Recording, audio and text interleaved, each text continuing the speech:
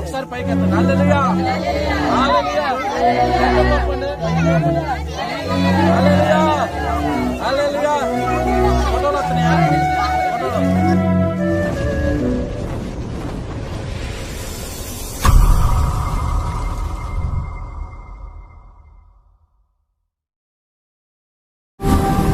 సామెతల గ్రంథం 19వ అధ్యాయము 17వ వచనం. బీదలను కనికరించిన వాడు యెహోవాకు అప్పించిన వాడు, వారి ఉపకారములకు ఆయన ప్రతి ఉపకారము చేయు. బీదలను కనికరించువారు. ప్రియులారా, అసలు బీదలంటే ఎవరు? బీదలంటే సామాన్యులు.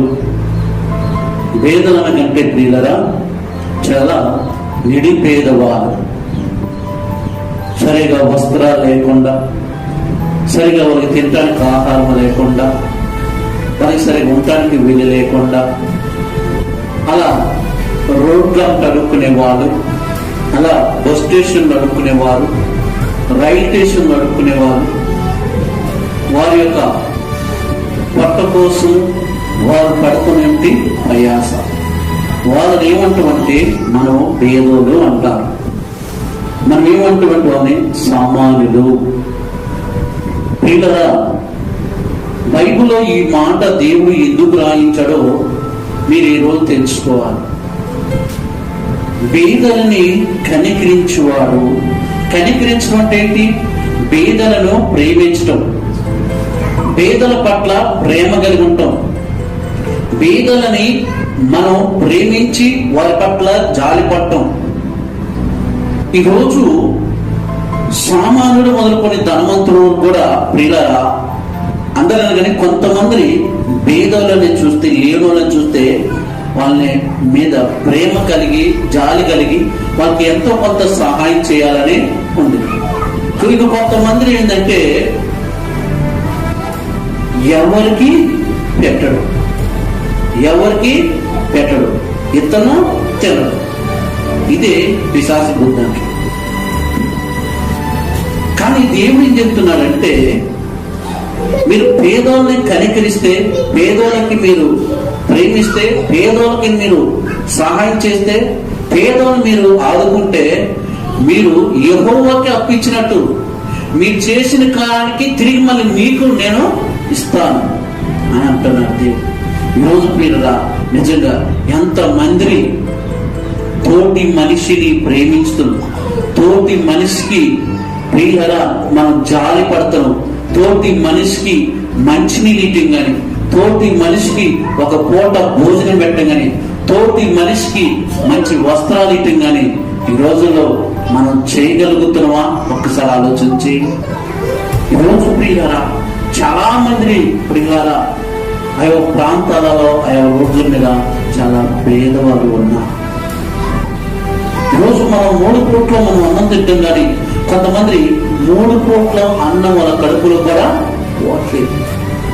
అయితే దేవుడు ఏం చెప్పినట్టు వాళ్ళని ప్రేమించండి, మీకున్న దాంట్లోనే వారికి సహాయం చేయండి.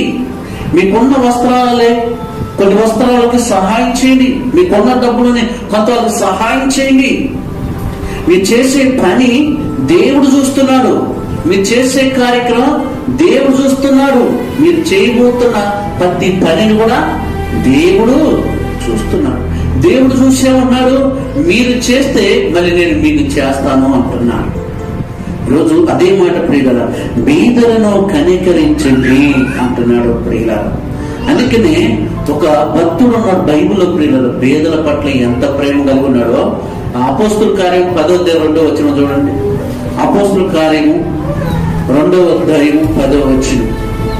ప్రియులారా, ఈరోజు మన కళ్ళ ముందు సరైన వస్త్రాలు లేని వారు ఉన్నారు, అన్నం లేక బాధపడేవారు ఉన్నారు, వెలి లేక బాధపడేవారు ఉన్నారు, కనీసం వేసుకోవటానికి చెప్పులు లేక బాధపడేవారు కూడా ఉన్నారు.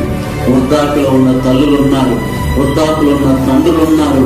యవన కాలంలో తల్లిదండ్రుని పిల్లల అనాథ పిల్లలుగా ఉన్నవారు ఉన్నారు.